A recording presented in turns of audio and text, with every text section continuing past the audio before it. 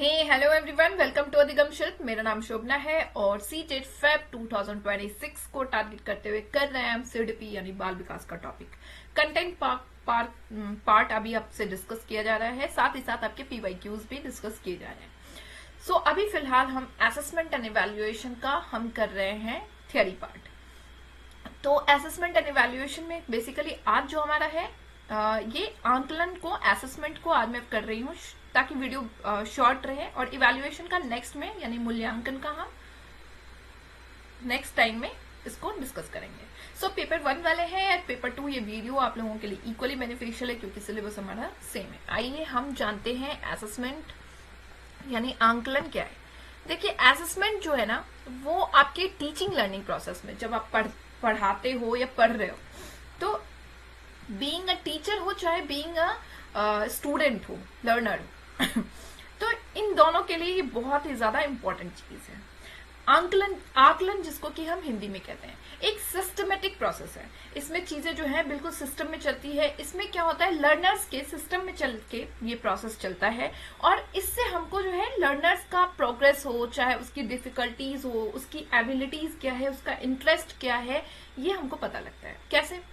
तो देखिए, let suppose कि आप एक टीचर हैं, आपने एक टॉपिक पढ़ाया बच्चे को, कुछ भी जो भी आपका रिलेटिव कंसर्न सब्जेक्ट्स है उसका एक चैप्टर आपने बच्चे को पढ़ाया।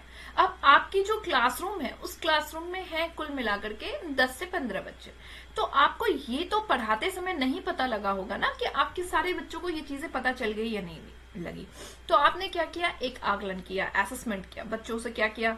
अब एंड ऑफ द, जब आपने इस चैप्टर का एंड किया तो आपने उनसे कुछ क्वेश्चंस अराइज करे, ठीक है, क्वेश्चन आंसर का सेशन रखा। इसमें क्या किया आपने कि बच्चों से कुछ क्वेश्चंस पूछे।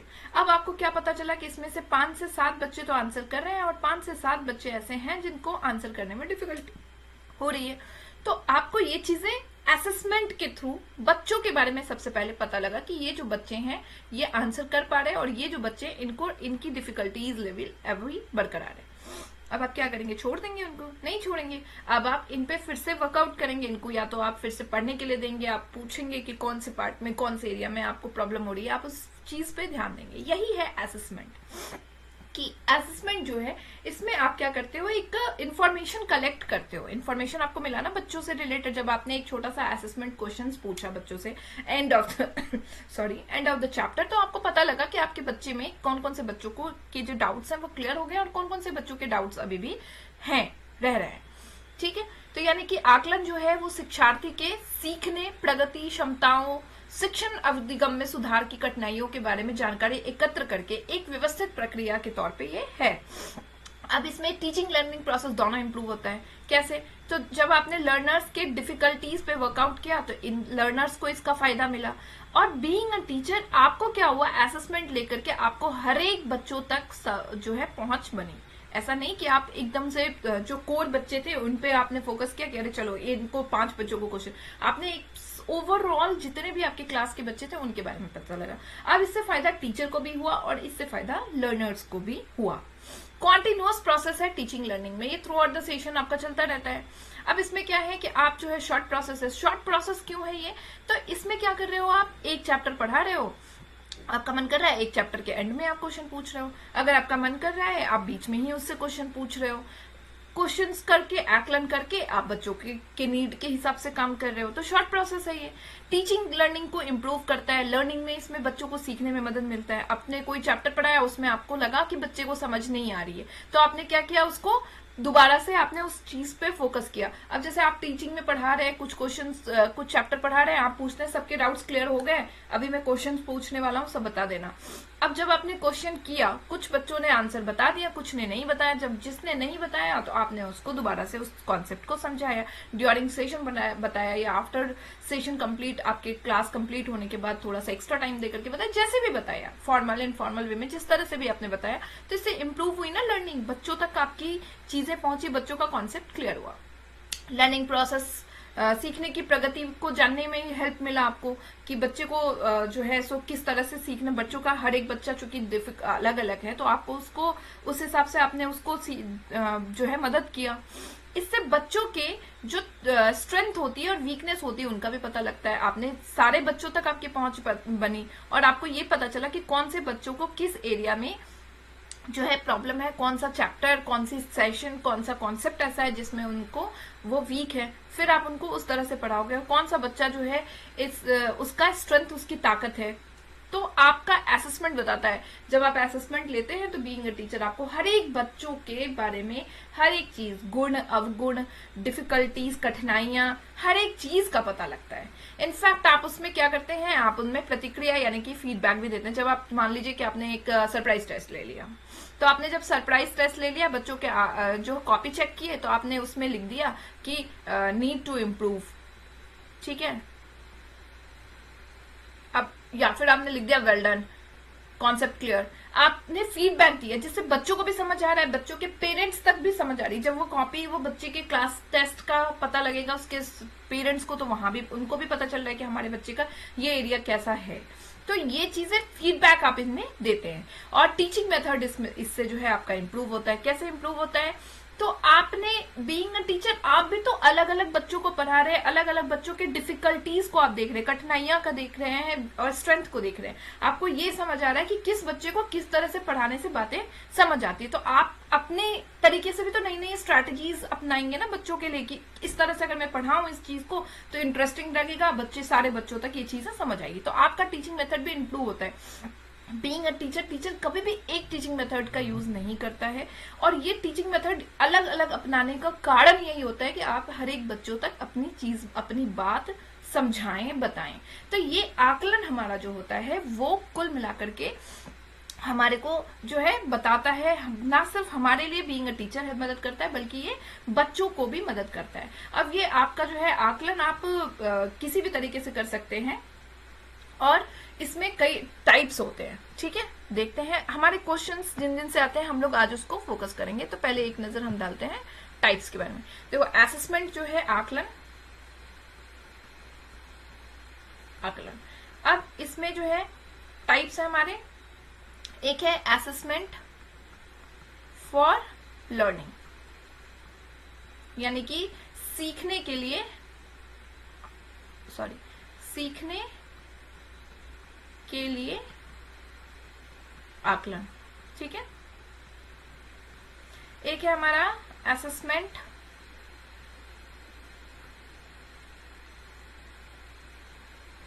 ऑफ लर्निंग,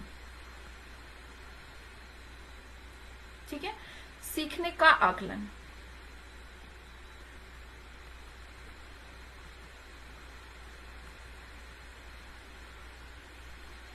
फिर है हमारा असेसमेंट एज लर्निंग, स्वरूप आप कह सकते हैं सीखने एज लर्निंग, अपने आप लर्निंग। फिर आपका हो गया, एक होता है जो कि आते नहीं है आपके क्वेश्चंस, फिर भी असेसमेंट इन लर्निंग, सीखने के क्रम में आप आकलन, ठीक है।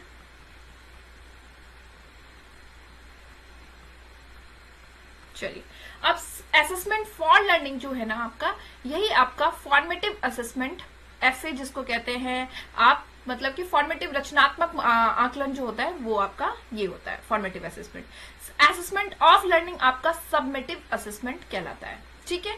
और असेसमेंट एज लर्निंग हो गया कि आप अपने आप से यहाँ पे चीजों को खुद से ही सेल्फ स्टडी के थ्रू कर रहे हैं। असेसमेंट इन लर्निंग होता है इन जनरल जब आप पढ़ते हैं आपको पता भी नहीं होता आपका लर्निंग, यहाँ पे आपका असेसमेंट हो गया।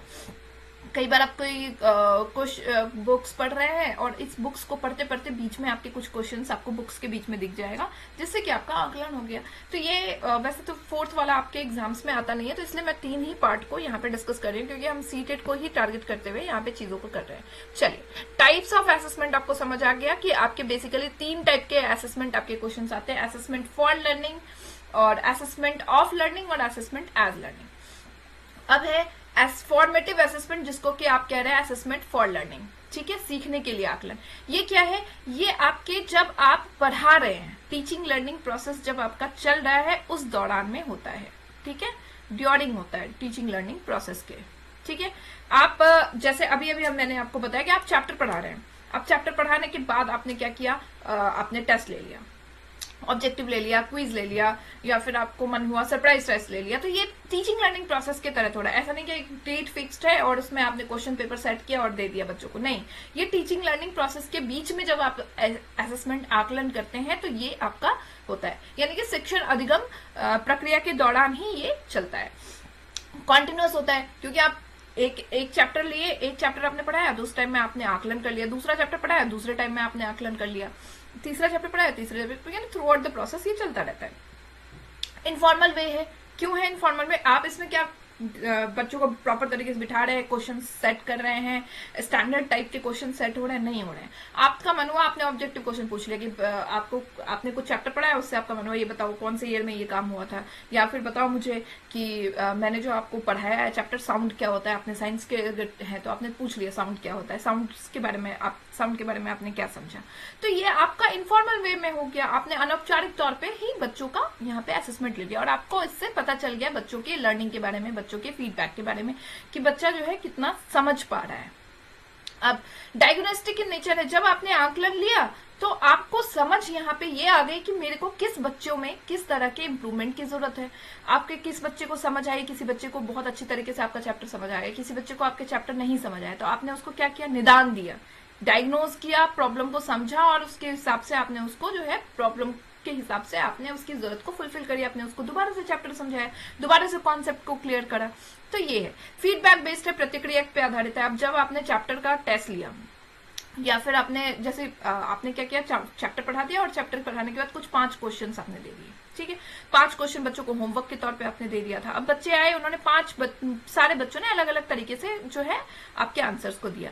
अब यहाँ पे क्या हुआ, किसी बच्चे को बहुत अच्छा हुआ था, आपने उसको वेल डन दिया, किसी बच्चे को आपको समझ नहीं आया तो रीड द चैप्टर अगेन, या फिर किसी को आपको लगा कि ये कॉन्सेप्ट्स क्लियर नहीं है तो need to clear the concept again. तो यहाँ पे आप फीडबैक दे रहे हैं, good, well done, need improvement, कुछ भी जो भी आपको लग रहा है। तो यानी कि फीडबैक और प्रतिक्रिया बेस्ड होता है, आधारित होता है। अब इससे आप बच्चों तक पहुंच पा रहे हैं, हर एक बच्चों तक आपको पहुंच पा रहे हैं। बीइंग ए टीचर, आपके क्लासरूम में अगर 30 स्टूडेंट्स है तो आपको इस आकलन के तरफ से रचनात्मक आकलन जब आप कर रहे हैं तो आपको हर 30 बच्चों के बारे में सारी चीजों का समझ यहाँ पे आ रहा है। तो ये आपका फॉर्मेटिव असेसमेंट होता है, सबसे बढ़िया तरीका है, ठीक है। हमारे जो है सीडीपी में आपका जो क्वेश्चंस आता है, सीडीपी क्या, ये तो आपके पेडागोजी, हर एक किसी भी सेक्शन के पेडागोजी में ये क्वेश्चंस आ जाते हैं। तो सबसे बढ़िया असेसमेंट जो है, आकलन जो है, वो आपका रचनात्मक आकलन होता है, क्योंकि इसमें आप क्या कर रहे हो, थ्रू आउट द सेशन, जब तक चल रहा है सेशन, जब तक आपका टीचिंग लर्निंग प्रोसेस चल रहा है, आप इस दौरान बच्चों को अच्छी तरीके से आकलन करके उनके समझ तक जा रहे हो। आपकी भी टीचिंग लर्निंग इंप्रूव हो रही है, क्योंकि आपको समझ आ रहा है कि हर एक बच्चों का नीड क्या है, हर एक बच्चों को के बारे में आपको पता चल रहा है। तो आपके लिए भी बेहतर है और बच्चों के लिए बेहतर ये है, क्योंकि हर एक बच्चा जो है इस आकलन के तहत अपनी जरूरत को फुलफिल कर पा रहा है और आप बीइंग अ टीचर उसकी जरूरत को फुलफिल करने में मदद कर रहे हैं, ठीक है। तो ये आपका हो गया आकलन, ठीक है। अब इसके कुछ एग्जाम्पल्स आपके कौन कौन से हो जाएंगे, तो आप इमेजिन कर ही सकते हैं इसके एग्जाम्पल क्या हो गए। आपके होमवर्क हो गए, जैसे आपने होमवर्क दिया बच्चों को, वो हो गया आपका क्लास वर्क हो गया, जब आपने बच्चों को क्लास वर्क दिया था तो ये आपका आकलन के तौर पे हो गया, रचनात्मक आकलन का हो गया। ओरल क्वेश्चन अभी मैंने बताया कि आपने ओरल क्वेश्चन बच्चों से क्वेश्चंस अराइज किए थे और बच्चों ने आंसर दिया नहीं दिया उस हिसाब से तो प्रतिक्रिया दिया, आपने अपना फीडबैक दिया।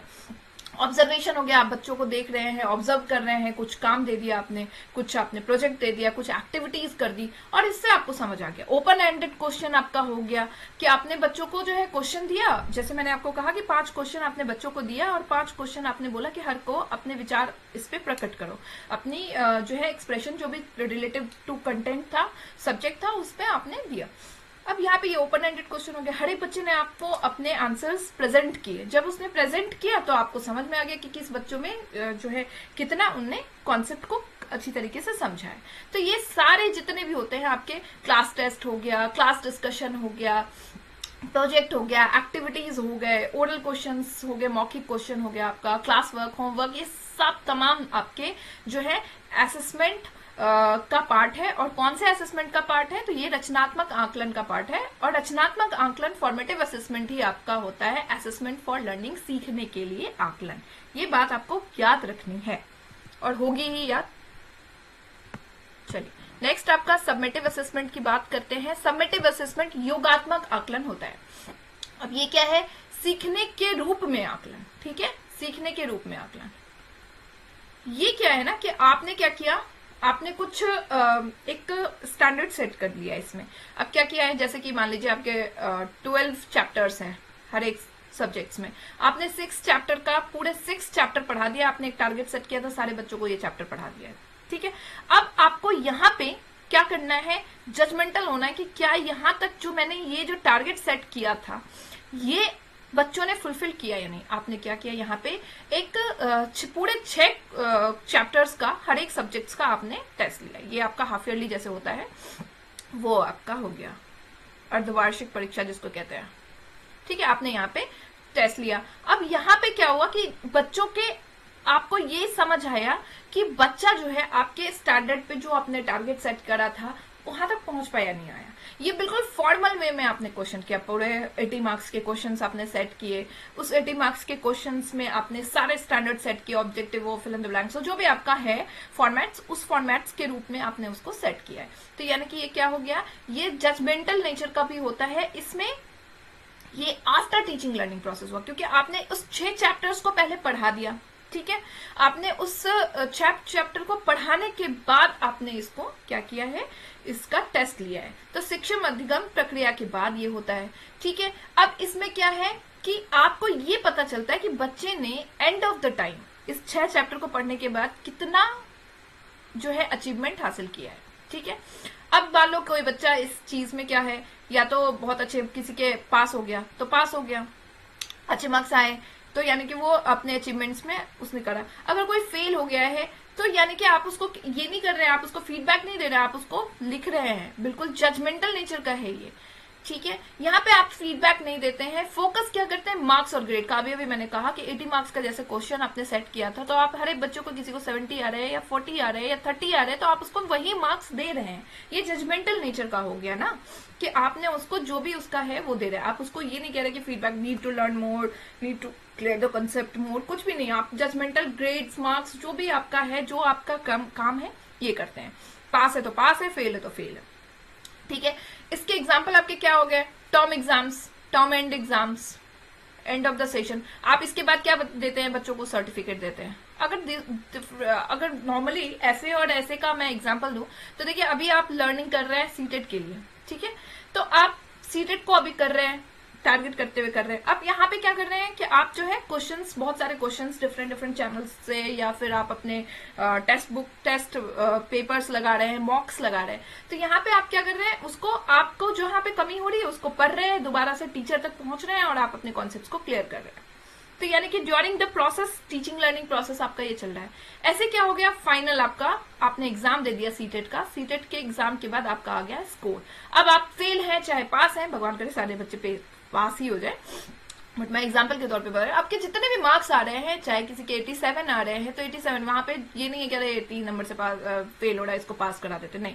किसी के 95 आ रहे हैं, किसी के 120 आ रहे हैं, तो ये सारे उस मार्क्स जो है आपका फाइनल, आपने जो भी जितना पढ़ा उसका आपको ओवरऑल एक जो है वो मिल रहा है, क्या कहते हैं, आपको अचीवमेंट, आपने कितना हासिल किया वो आपको उपलब्धि आपकी मिल रही है, ठीक है।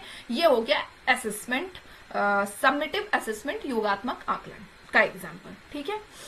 यहाँ पे प्रतिक्रिया, आपको फीडबैक नहीं मिल रही है, बट आपको एफए में फीडबैक मिल रही है। आप जिस टीचर से पढ़ रहे हो, उसने अगर आपका कॉपी चेक किया होगा तो उसने बताया होगा, बेटा ये पार्ट बाल विकास में आपका जो है कवर अप करना है, तुम्हें इसमें दिक्कत हो रही है। बट यहाँ पे कुछ भी ऐसा नहीं हो रहा, आपके सीधा सीधा मार्क्स मिल रहे हैं, ठीक है।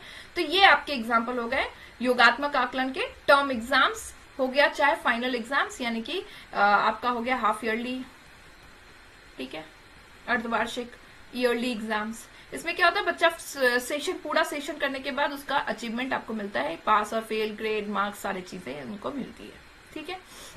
सबमिटिव असेसमेंट से ज्यादा अच्छा अगर माना जाए तो वो आपका फॉर्मेटिव रचनात्मक मूल्यांकन होता है, क्योंकि उसमें थ्रू आउट द सेशन बच्चों को जो है समझ में आती रहती है और आप being a teacher, being a learner, सीखने में मदद मिलता है। ठीक है, तो ये चीजें यहाँ पे जो असेसमेंट आपका हो गया, फॉर्मेटिव हो चाहे सबमिटिव हो। ठीक है, अब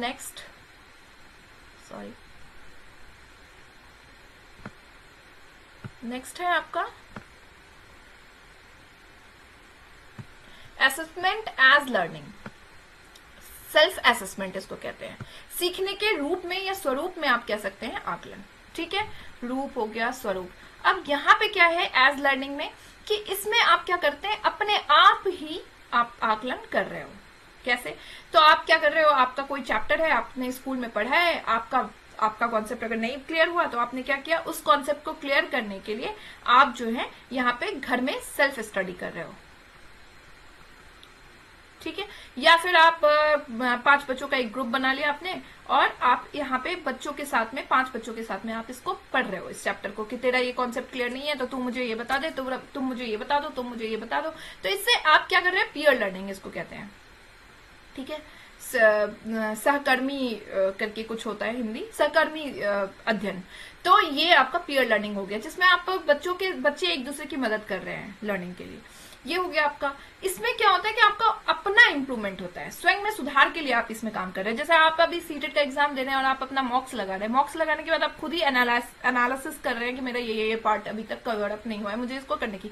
तो ये बेस्ट एग्जाम्पल आपका है assessment as learning, self assessment का, जिसमें आप अपने सुधार के लिए काम कर रहे हैं। हो सकता है आप इसमें क्या कर रहे हैं, किसी आपके 4 दोस्त होंगे, उनमें आप बोल रहे हैं तू मुझे सीडीपी पढ़ा दे, मैं तुझे मैथ्स पढ़ा देता हूँ, मैं तुझे साइंस पढ़ा देता हूँ, या फिर एसएसटी वाले होंगे तो तू मुझे एसएसटी का ये टॉपिक हिस्ट्री पढ़ा दे, मैं तुम्हें ज्योग्राफी पढ़ा दूं। तो मतलब इसमें आप सब मिल करके आप कर रहे हैं और अगर आपको जरूरत पड़ी तब आप टीचर तक पहुंच जा रहे हैं।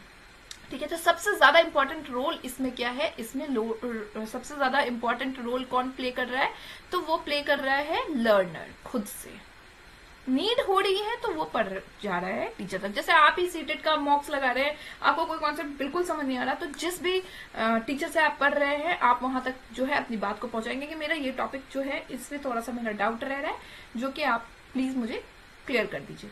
तो बट बेसिकली जो इम्पोर्टेंट रोल आपका है वो आपका ही है। आप अपने सीखने के लिए, अपने इम्प्रूवमेंट के लिए, सुधार के लिए स्व अध्ययन कर रहे हैं, सेल्फ स्टडी कर रहे हैं या फिर पीयर लर्निंग कर रहे हैं। तो इसमें ये सारे एग्जाम्पल हो गए। बेसिकली आपके क्वेश्चंस यही होते हैं। एक असेसमेंट इन लर्निंग जो होता है हमारा, वो मैं इन शॉर्ट बता दूं, सीखने में अध्ययन। तो इसमें क्या होता है ना कि इसमें आप जो है इसमें during teaching learning process subconsciously आपका असेसमेंट होता है, आपको पता भी नहीं चलता है। अब जैसे मान लो कोई चीज आप पढ़ा रहे, पढ़ाते पढ़ाते अपने बोले समझ लिया, तुमने समझ लिया, तो यहाँ पे सीखने के क्रम में ही आपका हो गया, उतना आपको समझ में भी नहीं आया। या फिर जब आप कोई बुक्स पढ़ रहे हैं, कोई चैप्टर पढ़ रहे हैं, तो वहां पे आप देखेंगे छोटे छोटे बॉक्सेस के तौर पे होते हैं, यहाँ पे आपके कुछ क्वेश्चंस होते हैं या कुछ ऐसा होता है। तो ये जो है आपका एग्जाम्पल हो गया असेसमेंट इन लर्निंग का। बट इसके क्वेश्चंस इतने आते मैंने देखा नहीं है, तो इसमें इतना ज्यादा नहीं है। बेसिकली ये 3 आपका टॉपिक था जो आपको जो है काफी अच्छी तरीके से समझने की जरूरत है। सो जो भी टॉपिक था वो मैंने असेसमेंट का, आंकलन का करवा दिया है। मूल्यांकन मैं नेक्स्ट सेशन में करवा दूंगी। वीडियोस अगर अच्छी लगती है तो चैनल को लाइक, शेयर एंड सब्सक्राइब जरूर करिएगा। मिलते हैं नेक्स्ट सेशन में नेक्स्ट वीडियोस के साथ में। तब तक के लिए bye bye and take care.